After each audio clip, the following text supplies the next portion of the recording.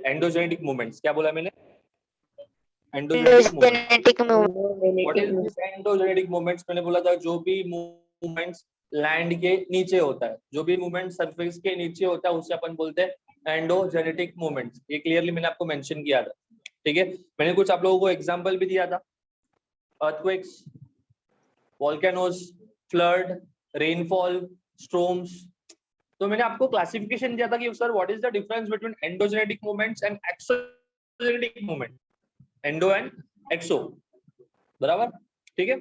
अभी यहाँ पे एंडो और एक्सो को सबसे पहले स्टार्ट करने से, एक सेकेंड,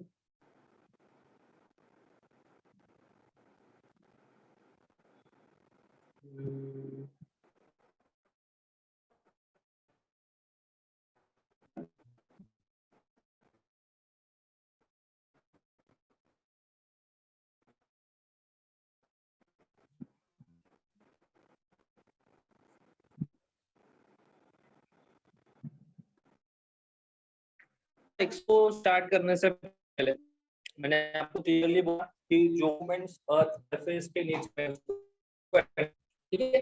अभी जब भी अर्थक्वेक आता है, वोल्केनो आता है, आपने अर्थक्वेक्स तो फील नहीं रियल लाइफ, बट आपने मूवी में देखा होगा, वोल्केनोज आपने मूवीज वगैरह में देखा होगा, बराबर। फ्लड्स कैसे आता है वो आपने मूवीज वगैरह में देखा रहेगा, करेक्ट? यस और नो? ठीक है। तो the main important and basic thing is, जब भी अर्थक्वेक आता है, जब भी वोल्केनोज इरप्ट होता है बेसिकली, तो मुझे लगता है कि ये जो पर्टिकुलर लैंड है वो वाइब्रेट होता है, शेक होता है ना, वाइब्रेट होता है ना, बराबर, ठीक है। तो ये मुझे क्लियरली समझ में आया कि मतलब इसके अंदर कुछ वेव्स है, क्या है? ये वेव्स की वजह से ये जो जमीन जो है बेसिकली, ये जो लैंड जो है वो क्या होता है? वाइब्रेट होता है। क्या होता है? अगर इंटरनल मूवमेंट ही स्टेबल नहीं है, क्या बोला मैंने?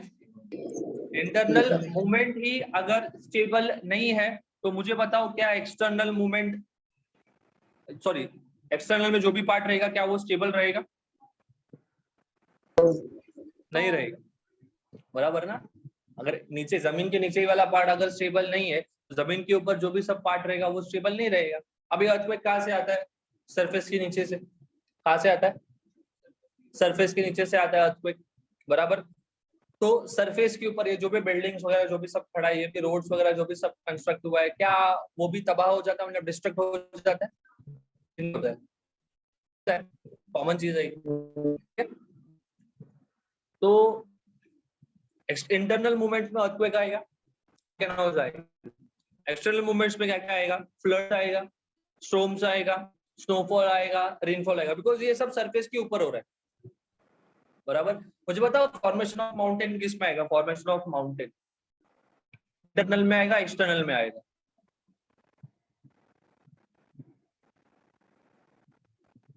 फॉर्मेशन ऑफ माउंटेन, माउंटेन्स का फॉर्म होना इंटरनली से स्टार्ट होगा या एक्सटर्नली स्टार्ट होगा? इंटरनल। अदर्स? इंटरनली स्टार्ट होगा ना वो। माउंटेन जो है जमीन के अंदर से फिर बार बार इवॉल्व होते आता है, करेक्ट। मुझे बताओ फॉर्मेशन ऑफ कॉन्टिनेंट, कॉन्टिनेंट का फॉर्म होना।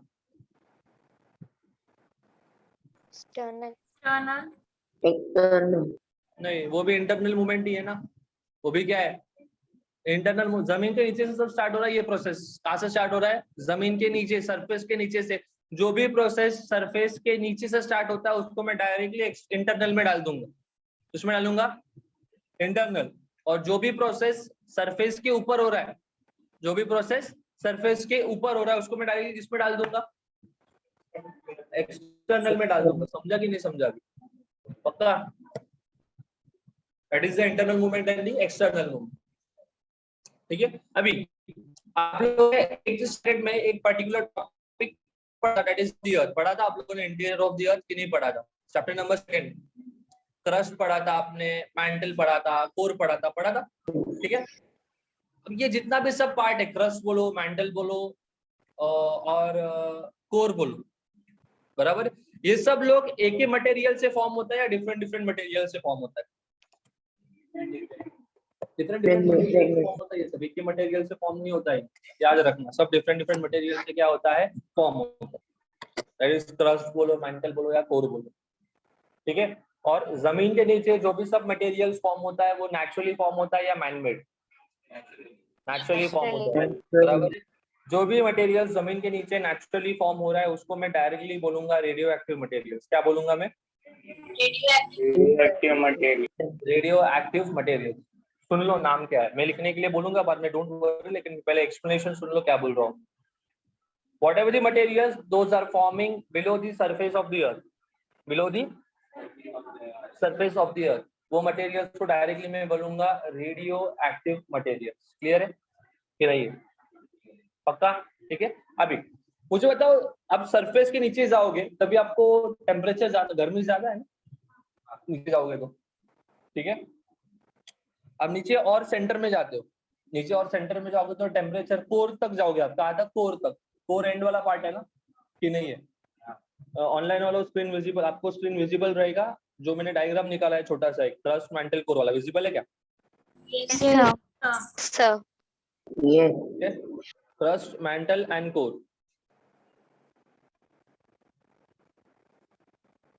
शायद आप लोगों को भी विजिबल हो ही। दिख रहा है कुछ कि नहीं दिख रहा है? दिख रहा है ना? क्रस्ट मेंटल एंड कोर, ठीक है।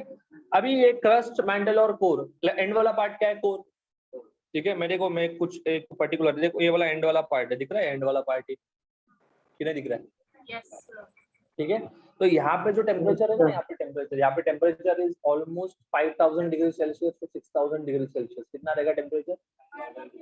5000 डिग्री सेल्सियस मतलब this temperature is actually equivalent to sun का सरफेस। सन पे जो टेम्परेचर होता है वो टेम्परेचर अपने को नीचे कोर में मिलता है। जैसे ही आप ऊपर से नीचे की तरफ आओगे, देखो मैंने एरो निकाला रहेगा, आप जैसे ही क्रस्ट से कोर की तरफ आ रहे हो, कहाँ पे आ रहे हो? क्रस्ट से कोर की तरफ आ रहे हो। क्रस्ट स्टार्टिंग पार्ट है ना, एंड वाला पार्ट क्या है? कोर। जैसे आप क्रस्ट से कोर की तरफ आते हो ना, टेम्परेचर बढ़ते बढ़ते जाता है।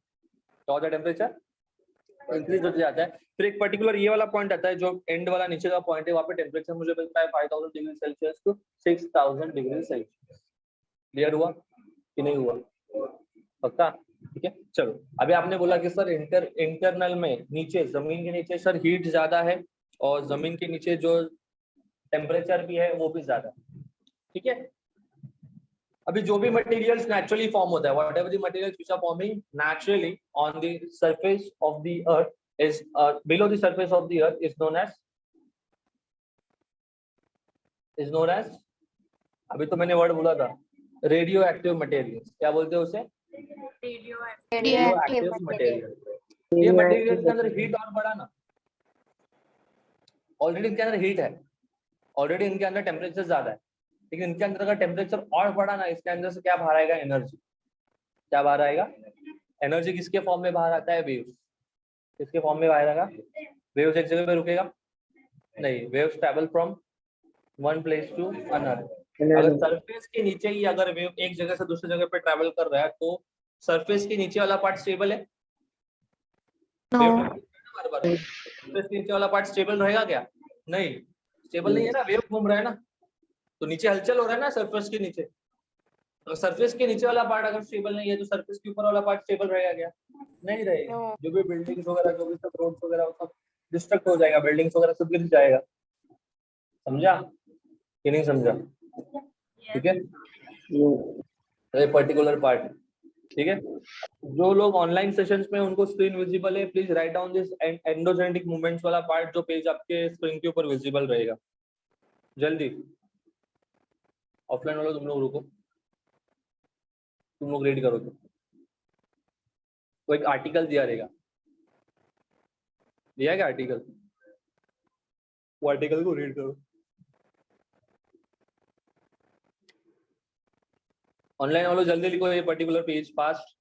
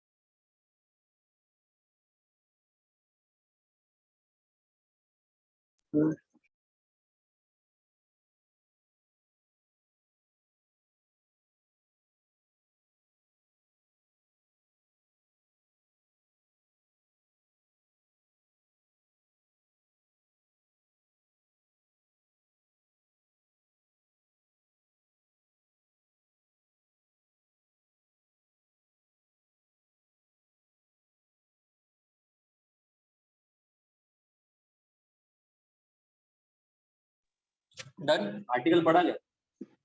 वो आर्टिकल से कुछ तो आपको जो लोग ऑफलाइन को ले बोल रहा हूँ, जो आर्टिकल है जो लोग ऑनलाइन सेशंस में क्या पार्ट पेज का लिख के हो गया या बाकी है? हो गया सर। सर हो गया। मैं ऑडिबल? Yes, sir. सर लिख के हो गया ये पर्टिकुलर पार्ट या पेंडिंग है? हो गया सर लिख के। हो गया सर लिख।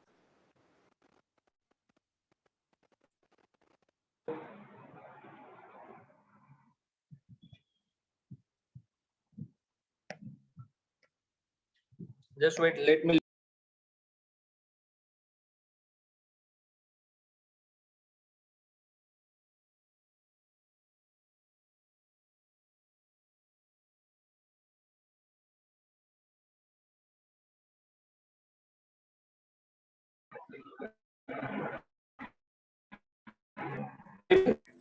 Yes sir. सर।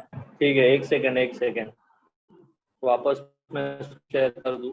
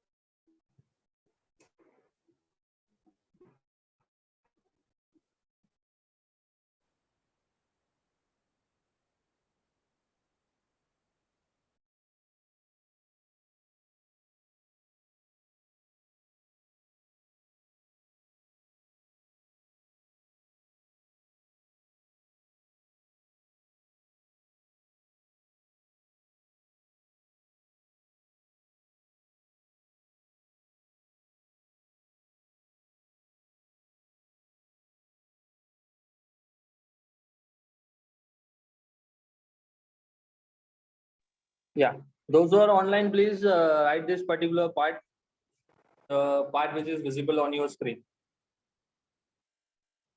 आपको ये जो लोग ऑफलाइन नहीं, ये जो भी पार्ट्स देख रहे हैं वो आपका स्क्रीनशॉट मिलेगा। Just you have to write, you have to go home and just write down, because जो पार्ट को मैंने अभी एक्सप्लेन किया था ना आप लोगों को स्टार्टिंग में आने के बाद, वही पर्टिकुलर पार्ट उन लोग लिख रहे हैं। ठीक है, तो मैं ये जितना भी सब पार्ट है वो उसका screenshot you will be getting in this. ठीक है, हाँ अभी आपने आर्टिकल पढ़ा। आर्टिकल में नेपाल में अर्थक्वेक आया था। हाँ ठीक है, कुछ 8.9 मैग्नीट्यूड का था वो। क्या था वो? 8.9 मैग्नीट्यूड, 7.9 का सॉरी 7.9। ठीक है, ऑनलाइन वाला जल्दी जल्दी ये पेज लिखो, कंटिन्यू जो पेज आपने लास्ट में एंड किया था उसको कंटिन्यू करना जल्दी। Is it visible on your screen?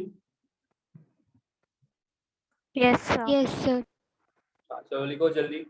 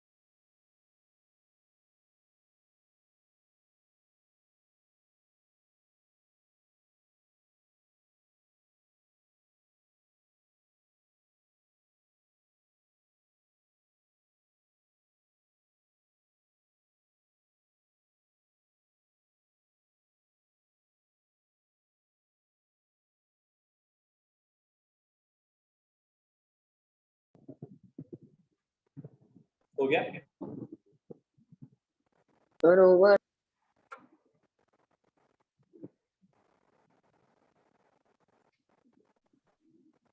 Sir. Over.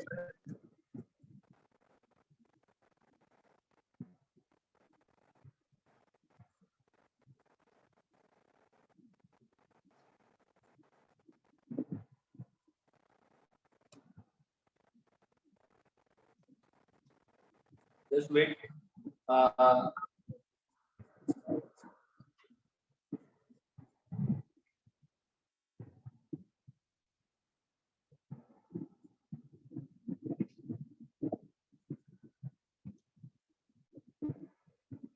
what you guys have to do is जो लोग ऑनलाइन सेशन में, जो लोग ऑनलाइन लेक्चर्स में बैठे, ठीक है, उनको पेज नंबर कौन सा है वो टेबल वाला, पेज नंबर 11 पे 2 टेबल है.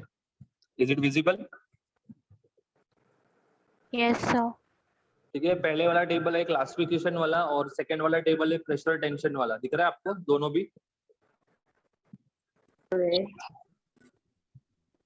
Yes, देखो sir. मैंने स्क्रीन के ऊपर शेयर किया मैंने.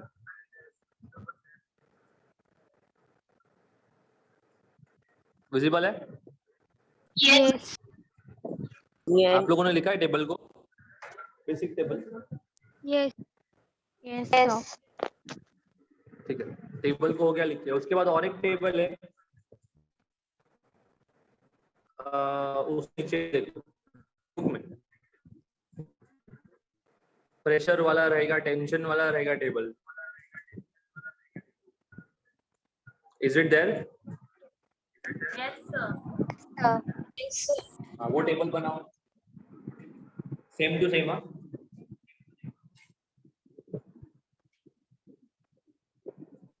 प्रेशर वाला, क्या बोल रहे हो? प्रेशर टेंशन वाला टेबल बनाना है. हाँ, वो प्रेशर टेंशन वाला टेबल जो नीचे मेंशन किया है.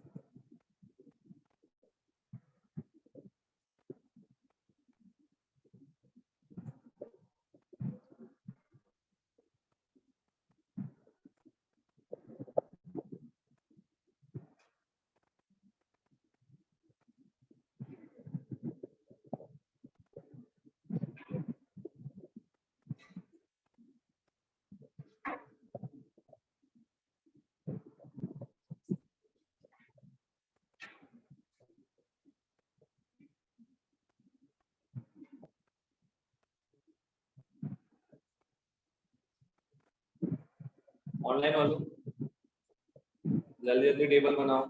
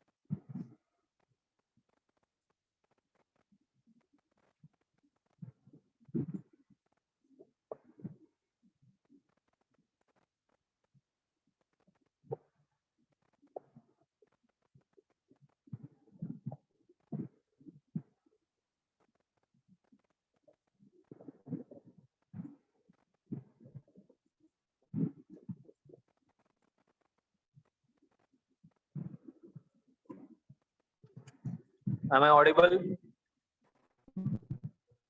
Yes, sir. Yes, sir. Sir.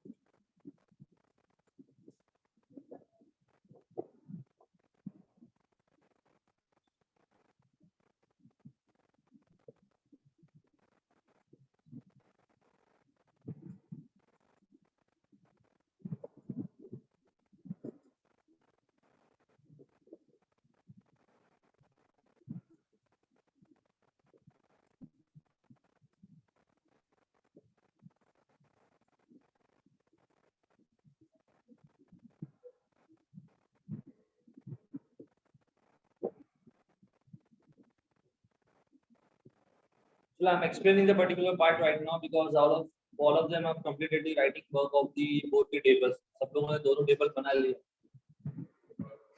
बाद में कर लेकिन कंप्लीट करा. ठीक है, थोड़ा भी प्रोसेस को स्टार्ट करो एक्सप्लेनेशन के प्रोसेस के लिए. ठीक है, सबसे पहला चीज अपने पास दो टाइप का मूवमेंट होता है. सबसे पहला मूवमेंट है स्लो मूवमेंट एंड सेकंड वाला है सडन मूवमेंट. क्या बोलेगा? Slow movement and sudden movement. ठीक है, जो लोग ऑनलाइन सेशन में बैठे हैं प्रॉपर्ली ध्यान दो मैं क्या एक्सप्लेन कर रहा हूँ. दैट्स इट, और कुछ नहीं सुनना है आपको. Whatever I am explaining just पहला समझो मैं क्या बोल रहा हूँ. ठीक है, we have only two types of movement, slow movements and sudden movement. Slow movement मतलब जिसको फॉर्म होने के लिए मिलियंस ऑफ इयर्स लगता है. स्लो मूवमेंट मतलब जिसको फॉर्म होने के लिए मिलियंस ऑफ इयर्स लगता है उसको बोलते हैं अपन स्लो मूवमेंट. सडन मूवमेंट मतलब फास्ट. सडन मतलब क्या? फास्ट, जो कभी भी आ सकता है. बराबर. तो स्लो मूवमेंट में आएगा formation of mountain and formation of continent. Mountain को फॉर्म होने के लिए, कॉन्टिनेंट्स को फॉर्म होने के लिए मिलियंस ऑफ इयर्स लगता है. तो that will be coming under slow movements. Clear है? ठीक है. सडन मूवमेंट में क्या आएगा? Earthquakes and volcanoes. कभी भी आ सकता है वो. बराबर. और जब भी, और ये अर्थक्वेक्स वोल्केनोस को नेचुरल कैलामिटीज में डालते हैं. किसमें डालते हैं? Natural calamities. बिकॉज इस इनके वजह से loss of life and property होता है. इज इट क्लियर और नॉट? किसको अपन नेचुरल कैलामिटीज में डाल रहे हैं? वोल्केनोस और अर्थक्वेक्स को. Because it is creating a loss of life and property. Loss of life and property होता है. इतना क्लियर हुआ यहाँ तक? ठीक है. उसके बाद आप लोगों ने पर्टिकुलर जो फर्स्ट पेज है चैप्टर का फर्स्ट पेज है, वहां पे आपको एक आर्टिकल दिया था. क्या दिया था आपको? एक article. The article was about Nepal. The article was about Nepal. Nepal में अर्थक्वेक आया था. नेपाल में क्या आया था? अर्थक्वेक. ठीक है.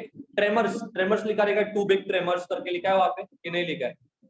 टॉप पे टू बिग ट्रेमर्स. ट्रेमर्स मतलब क्या होता है? शेक. जो लैंड शेक होता है ना, उसको अपन बोलते हैं ट्रेमर्स. हिंदी में अपन बोलते हैं धक्का.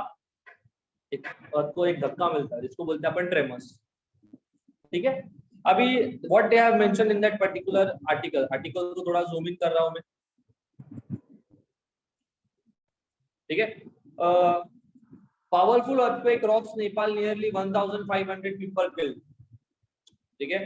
Kathmandu 25 April PTI, Press Trust of India. Press Trust of India मतलब एक न्यूज जैसा पर्टिकुलर पार्ट होता है जो अपने को सब कुछ चीज के बारे में क्या देता है? न्यूज देता है. ठीक है. Now Kathmandu, a powerful earthquake emerging 7.9 on a Richard scale. अभी बोलोगे सर रिचर्ड स्केल मतलब क्या होता है? रिचर्ड स्केल एक ऐसा स्केल होता है जो अर्थक्वेक के मैग्नीट्यूड को मेजर करता है. मैग्नीट्यूड मतलब क्या? साइज. साइज. मैग्नीट्यूड मतलब क्या? साइज. Size, SIZ, size. तो अर्थक्वेक कितना बड़ा आया, अर्थक्वेक कितना छोटा आया, ये कौन सा स्केल मेजर करता है?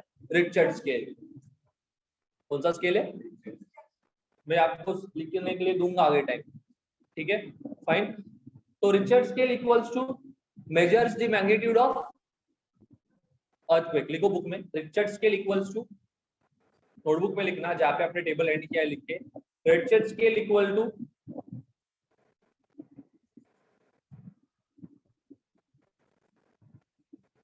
Richter scale equal to measures magnitude of the earthquake. Measures magnitude of the earthquake.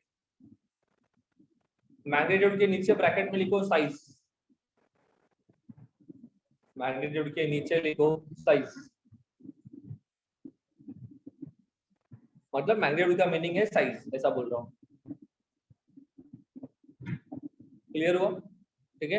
इसका मतलब what is the main meaning? इसका मीनिंग क्या है कि अपने को कितने बड़े मैग्नीट्यूड का अर्थक्वेक आया, ये अपने को कौन सा स्केल बताएगा? रिचर्ड स्केल बताएगा. रिचर्ड स्केल का काम ही है सिर्फ कि मैग्नीट्यूड बता, क्या बताना. ठीक है. अभी ये स्केल पे वैल्यू होता है 0 से लेकर 12 तक. कहाँ तक ये स्केल पे वैल्यू होता है? 0 से लेकर 12 तक ये स्केल पे वैल्यूज होता है रिचर्ड स्केल पर. ठीक है. अगर आपका मैग्नीट्यूड 5 के अंदर है, किसके अंदर है? बिलो 5. जो 5 मैग्नीट्यूड का अर्थक्वेक आया तो आपको फील नहीं होगा कि अर्थ शेक हुआ है या जमीन शेक हुआ है, आपको कुछ फीलिंग नहीं होगा. हाँ, अगर मैग्नीट्यूड 5 के आगे जाता है, मैग्नीट्यूड 5 के आगे जाता है तो आपको फील होगा कि दैट पर्टिकुलर जो जमीन है वो क्या हुआ है? शेक हुआ. समझा? और 7.9 इज इक्वल टू 8 ना. 7.9 मतलब 80 बोलेगा ना मैं उसको कि नहीं. तो ये सबसे बड़ा अर्थक्वेक है या नहीं है? और ये जो भी ट्रेमर्स आता है ना, वो कुछ सेकंड्स कुछ मिनट्स के लिए रहता है. कुछ सेकंड्स के लिए अर्थक्वेक आएगा, कुछ मिनट्स के लिए अर्थक्वेक आएगा, लेकिन वो कुछ मिनट्स और सेकंड्स में कितना ज्यादा डिस्ट्रक्शन करता है.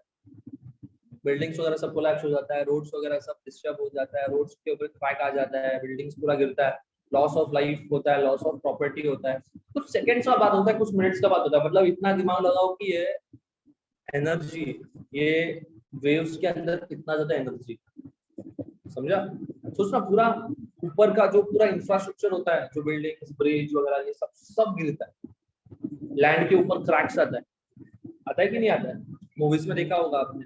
तो सोचो कि ये अर्थक्वेक जो है वो कुछ मिनट्स के लिए आता है, कुछ सेकंड्स के लिए आता है. इसका मतलब वो कितना पावरफुल है, कितना एनर्जी है उसके अंदर. बराबर कि नहीं? ठीक है, फाइन. चलो आगे. The quake and a series of aftershock delivered a severe blow to Nepal. The tremors was felt across the vast stretches of east and northeast India. It was also felt in China, Bhutan, as far as in Pakistan, Bangladesh. The earthquake with epicenter at Lamjung, around 80 kilometers northwest at Kathmandu, has its impact in the several cities like Bihar, West Bengal, and Uttar Pradesh. Earthquake आया था नेपाल में, उसका जो feel, earthquake का feel जो है वो surrounding countries को भी फील हुआ कि कहाँ पे तो अर्थक्वेक आया. ठीक है. अभी आपको दो पर्टिकुलर चीज यहाँ पे नाम आएगा, दो. एक आता है एपिसेंटर, एक आता है फोकस.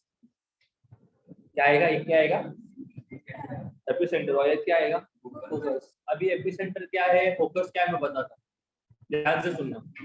ठीक है. एक पर्टिकुलर फिगर है, तो फिगर को थोड़ा ओपन करना पड़ेगा आपको. That is on page number 15, figure number 2.12. Page number 15, figure number 2.12. बराबर है? ठीक है.